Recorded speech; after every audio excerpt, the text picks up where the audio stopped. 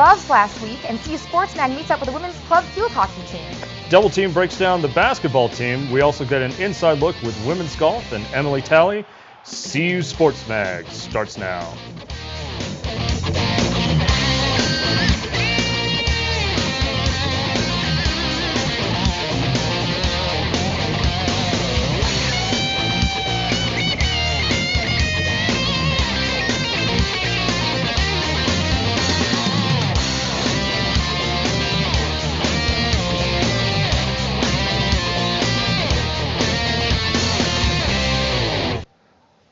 Welcome to this week's edition of CU Sports Mag. I'm Paul Harris alongside my partner Rose Heafy.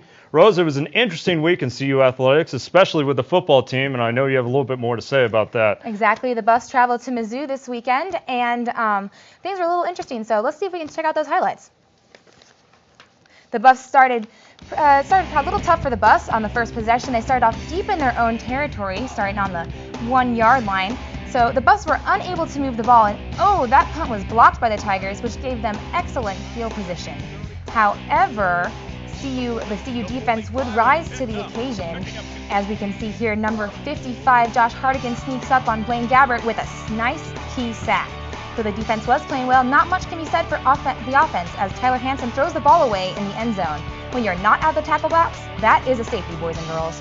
One of the few bright spots for the Buffs was this 53-yard kickoff return by Michigan transfer Tony Clemens. This would allow the Buffs to finally move into scoring position, but they would fail to get on the board as Eric Not-So-Goodman misses the 40-yard field goal. He was subsequently benched, and at the end of the first quarter, it was 5-0 Mizzou. In the second quarter, the Tigers pull out their bag of tricks and run a fake punt with Trey Barrow sneaking into CU territory. Blaine Gabbert throws one of his 2 touchdowns. The CU defense is caught completely out of position, and Mizzou's Jarrell Jackson waltzes into the end zone. Though Blaine Gabbert was 17 for 29, he didn't look so good on this play as he fumbles the ball. If only Jaleel Brown had kept his balance, the game may have been a little different, as CU was only down by 12 at this point.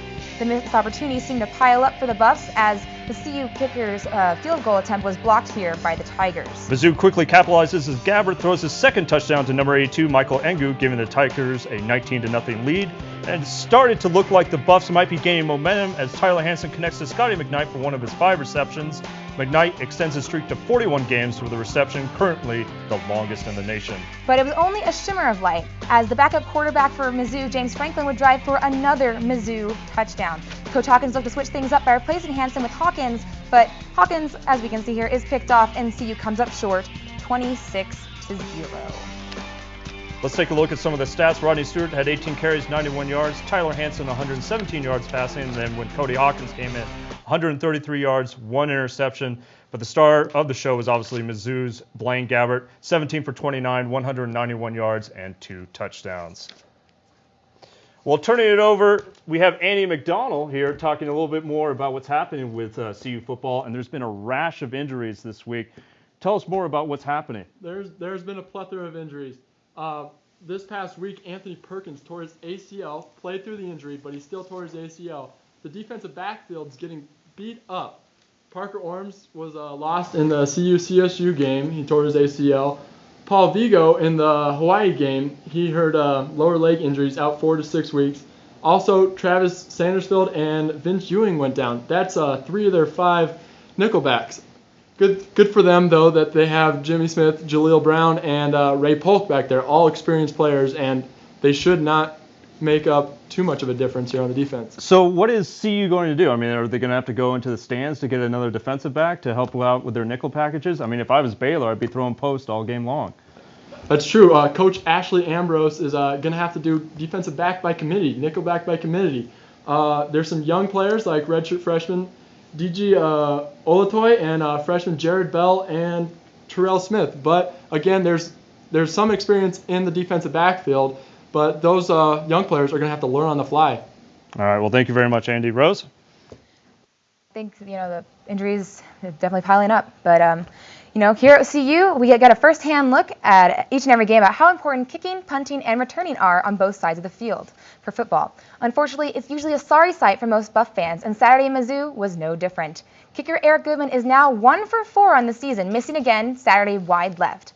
On the next possession, Missouri went to score in convincing fashion, converting on a 4th and 5 on a fake punt, adding to the Buffs' special teams blunders. Want more?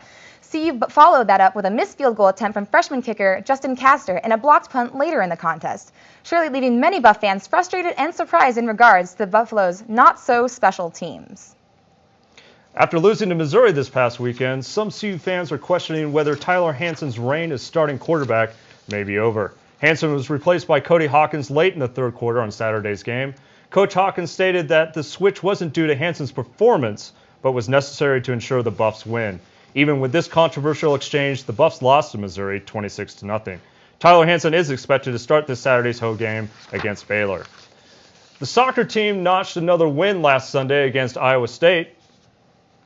After going down 1 early, sophomore Ishay Marshall opened the scoring for the Buffs, sliding past the ISU keeper after a well-played through ball from Kate Russell. Russell got on the board herself in the 80th minute after unleashing a rocket pass to helpless Cyclones goalkeeper from 25 yards out to give the Buffs the lead. Midfielder Kim Lowry added an insurance goal with 2 minutes to go, giving the Buffs a much-needed win at 3-1. Kate Russell's stand-up performance was good enough to earn her Sports Mag Athlete of the Week honors. I got the ball and there was a defender a couple yards from me, and then I saw Shay on top of the 18, and she had a defender, but she was kind of running past her, so I just split the two defenders, and Shay had a great goal, great finish. The second goal, Amy Steiner played me a little outside the 18, and I just took a touch kind of behind me. I just hit it hard, and it went in, so I was very fortunate. Sunday's win was critical for us because we had those tough couple of games that we battled hard in and just didn't get the result that we wanted. That win should help carry us forward, just with the whole confidence and maintaining that drive forward, and hopefully we can come out on top on these two games too. I think we just knew that we had to win, and so thankfully we came out and were able to finish the game strong and get the win we wanted. I'm Kate Russell. This is CU Sports Mag, and I am Athlete of the Week. The women's soccer team fought hard but fell to number 5 Oklahoma State 3-2 on Thursday night. The Buffs fall to 2-4 in conference and 2-4-1 in conference play as the Cowgirls continue to stay undefeated in the Big 12. Down 2-1, CU closed the gap thanks to a corner kick, which was sent to Shay Marshall in front of the net. But OSU soon retaliated as Richardson streaked down past several defenders. Brunner left the box to cut her off, but she sent the game winner into the open net. The Buffaloes will travel to take on the Oklahoma Sooners on Sunday. All right, but don't start clicking, because after the break, we will be having Double Team with Andrew Tomasini and Luke Rosenmeyer. And we'll have our weekly trivia question for you. Stay tuned. We'll be right back. The basketball season is less than a month away, but the Buffs are already bringing in the hardware. Senior guard Corey Higgins was named to the All-Big 12 Conference preseason first team on Thursday, and sophomore guard Alec Burks was also named on the list, but as an honorable mention. Higgins has led the team in the scoring in the past 2 years, averaging 18.9 points last season. Burks, on the other hand, broke Richard Roby's freshman scoring record with an average of 17.1 points per contest. This Big 12 preseason player of the year was awarded to Kansas State's Jacob Pullen. Speaking of hoops, the men's basketball team had their media day this morning. Coach Tad Boyle is making lots of changes in his first year in Boulder. The Buffs are going with a more up-tempo attack instead of a slower Princeton offense under former coach Jeff Bzdelik. And they'll be playing more man-to-man defense to utilize their team's athleticism. All the players are eager to hit the hardwood, especially redshirt freshman point guard Shannon Sharp, the high-flying sensation who missed last season due to injury. Now we're going to turn it to the Double Team desk, where Luke Rosenmeyer and Andrew Tomasini will preview the men's basketball season. Take it away, boys. Edition of Double Team. I'm Luke Rosenmeyer, sitting next to Andrew Tomasini. The basketball season is less than a month. Here at CU starts practice this Friday, so what better time to preview that men's basketball season than now? And really, when we start talking about the men's basketball team, jump right in and name the first name that comes to your head. That name is Corey Higgins. Can you talk a little bit about what this guy brings to the table for that Colorado offense? Absolutely. It's Corey Higgins, and he's a senior, and he's the captain for your Buffs this season. And 94 consecutive straight starts, 19 points per game. He's an all Big 12 player, and really all season long, it's going to depend on Corey Higgins and how well he plays. Obviously, everyone around him is going to have to play well, but for the Buffs to go far and to ultimately make that NCAA tournament, it's going to be up to Corey Higgins and his leadership both on and off the court. That's right. You mentioned how great he is on the offensive side of the ball. Buffs' leading scorer, 19 points per game. However, he's also a threat on the defensive end. He's led the Big 12 in steals the last 2 seasons. So I think that really shows his determination, for one. He's got great work ethic. He's also strong now. He's able to get to the rim, as you see there. Great free throw shooter, holds the CU record for most consecutive free throws made.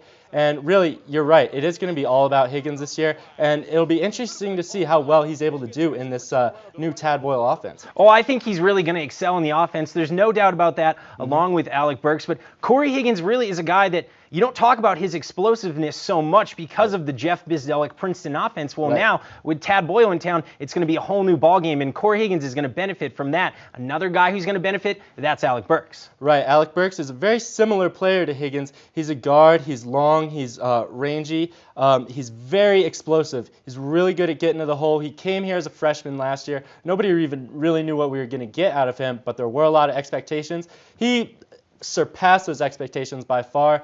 Became the first CU freshman ever to score 500 points in a season, and was named to the Big 12 All-Freshman team. So I think the combination of Higgins and Burks is going to be a really crucial element for the Buffs this season. Well, there's no doubt every coach around the Big 12 is scratching their head and saying, how did we miss this guy when completely under the radar? And now Alec Burks is benefiting from this new Tad Boyle offense. You'll see it the first game this season, and you'll basically see it all season long. He's going to get out, he's going to run, he's going to score, and he's going to be explosive. And he's so good on the defensive end, too. And he's just going to get even better because he's so young. He's only a sophomore. And right now, he's on some boards in terms of the NBA draft of being a number 9 pick. And that's a lottery pick, and he might go to the Clippers. That's what they say now. But a lot of things have to play out. But when the season unfolds and when it ends, he's going to be up there with Chauncey Billups, and Corey Higgins is one of the best players in Colorado history. That's right. I think one of the only thing that's going to prevent him from reaching those same statistical heights is the fact that he's only going to be here for 2 years. It's very unlikely that he'll be here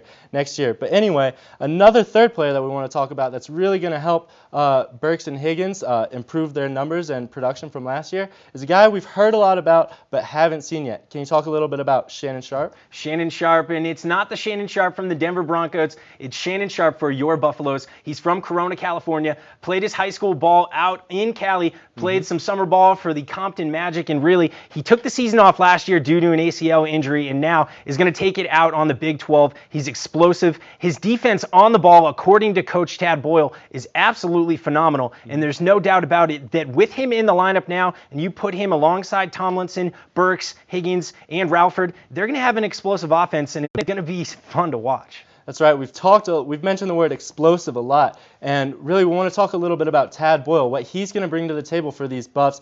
It's a much different offense from what Jeff Bzdelik had last year. We're really going to see an up-tempo. They really want to take the altitude to their advantage. So I think Tad Boyle is going to be able to make a significant impact in his first year here. Everyone's going to love the new offense. He played at Kansas. He was the captain there, and he played underneath Larry Brown, and he won an NBA championship, and you know that if he had success, I'm sure Tad kind of got a little bit of that aura. So that's all we have on Double Team for today. For Luke Rosemeyer, I'm Andrew Tomasini. Let's send it back to the desk.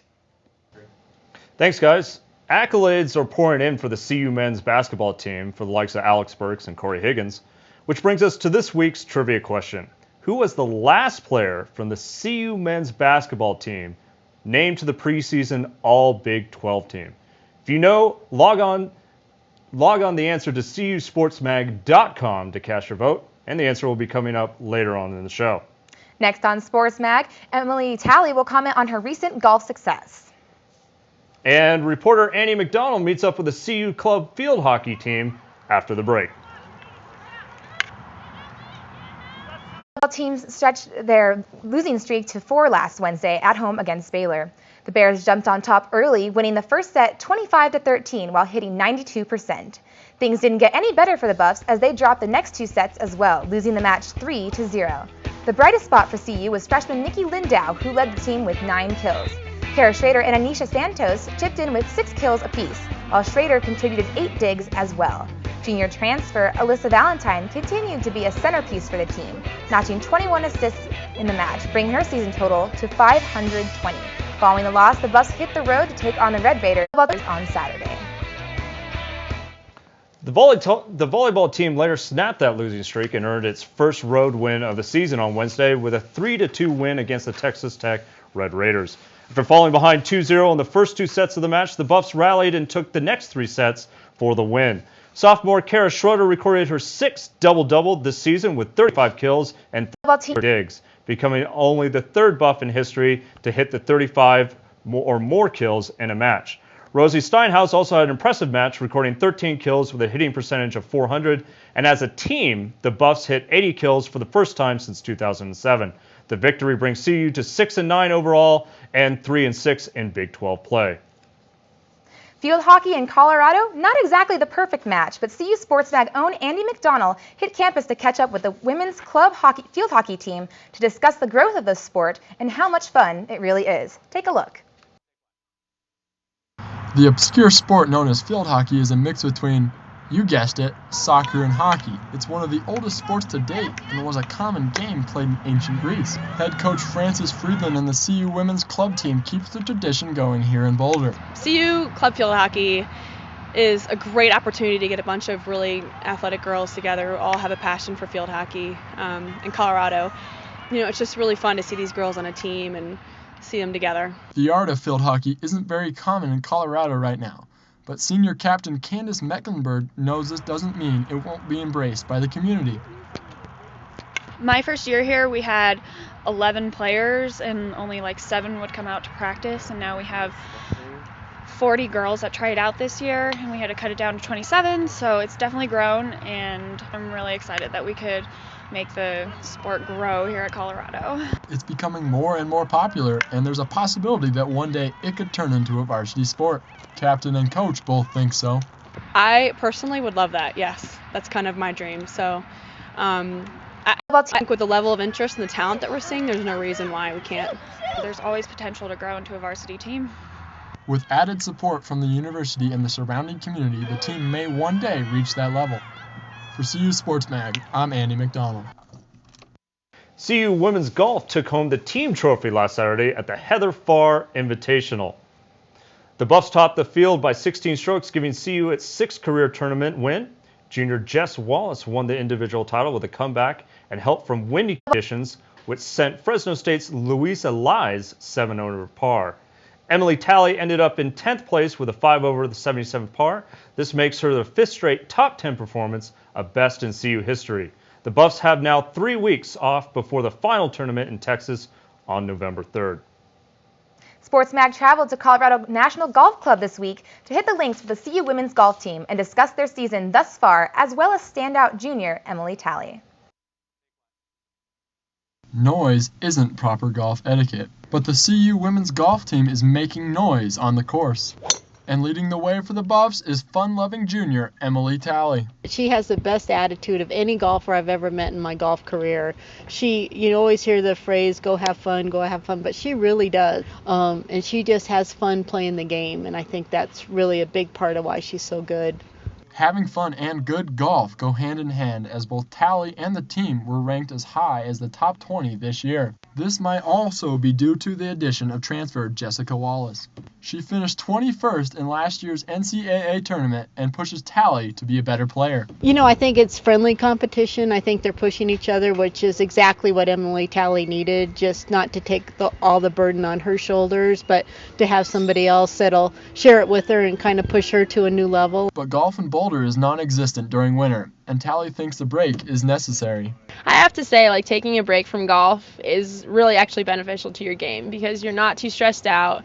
You can always practice too much. Like with golf, you can start practicing the wrong things and really working the wrong things into your swing, and that can be really, bad for your whole game and your whole mental game and everything. In this past week's Heather Farr Invitational, there were many strong emotions around their home tournament.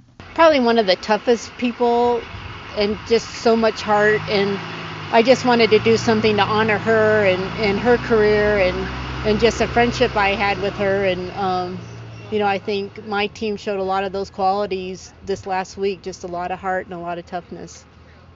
Coach Kelly competed against Farr on the LPGA Tour before Farr was diagnosed with cancer in 1989. The win this past week was only the 6th in school history and was definitely a memorable one. The Buffs look to continue their above par, or rather below par play after the break.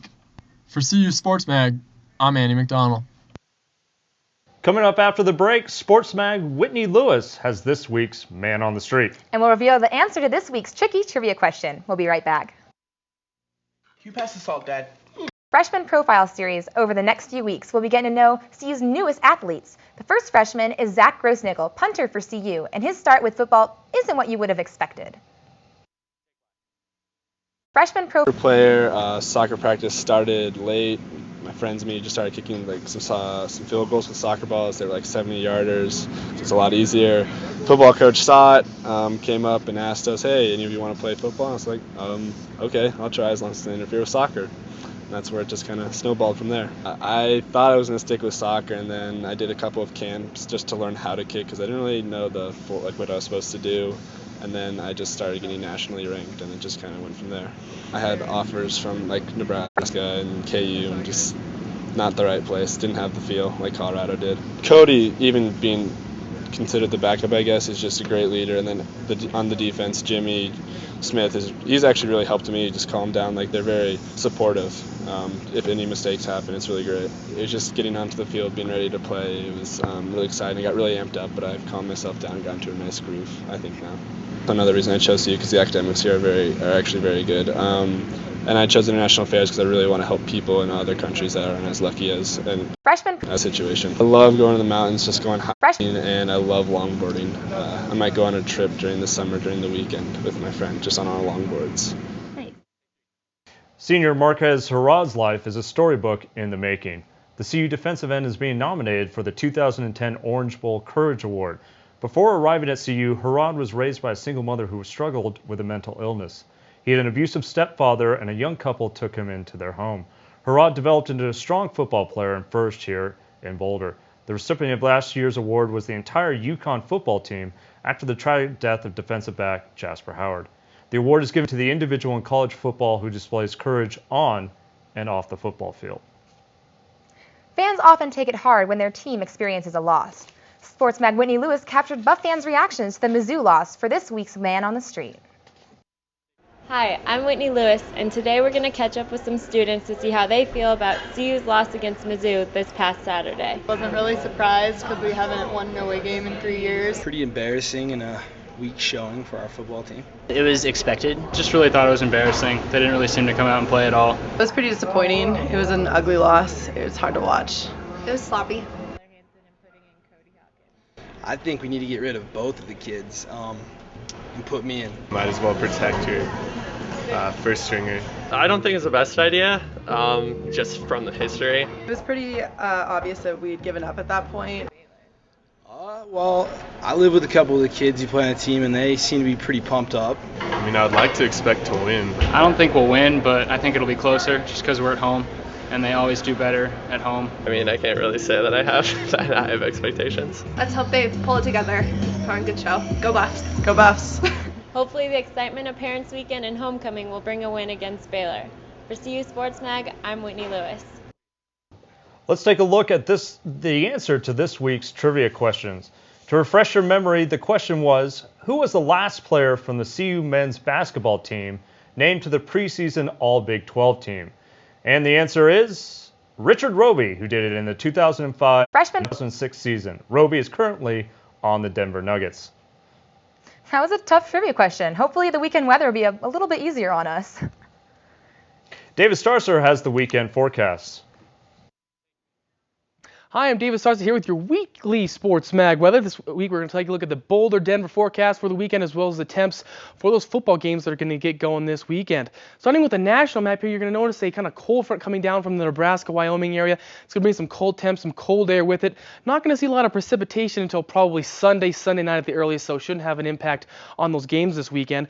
Looking at the high temps map for the United States, again, Oklahoma, Texas, they're still in the 80s or 90s, but Colorado, 50s and 60s as we're getting into that fall weather here now that we're getting into October, November, the fall months. Looking at the Boulder weekend forecast, there'll be some good temperatures here. Friday, high of 76 degrees, beautiful day. Going to see some more clouds develop here as Saturday goes into Sunday, 65 and 70 your highs for Saturday and Sunday. So if you want to go out and do something outside, go hiking or something, still good enough weather to go and do that. Looking at the forecast for the CU Baylor game on Saturday, 5 p.m. kickoff. It's going to be about 45 degrees come game time, so a little chilly. Go ahead and bring a jacket, get some hot chocolate if you want for the game. And there's going to be a slight wind, 6 miles an hour from the southwest, so shouldn't have too much of an impact for the kicking game bus trying out a new kicker this weekend. Looking at the Jets-Broncos forecast from Invesco Field, kickoff is at 2:05. Partly cloudy skies, 72 degrees at kickoff, and again, there's going to be about a 10% chance of precipitation. Hopefully those Broncos can get revenge against after losing to the Ravens last weekend. That wraps it up for Sports Mag Weather. Go ahead and support those CU Buffs this weekend as they play back here at Folsom Field against the Bears on Saturday night. All right, so it looks like we're going to have some nice weather this weekend, David. Do you think the Buffs are going to be able to do well? I hope they do. Like I said, Baylor's going to be a tough opponent. They got one heck of a quarterback. Should be a good game, though, just like the last home game was. Well, that's it for this week. For David Starcer, for Rose Heafy, I'm Paul Harris. Thank you for watching CU Sports Mag. We'll see you next week.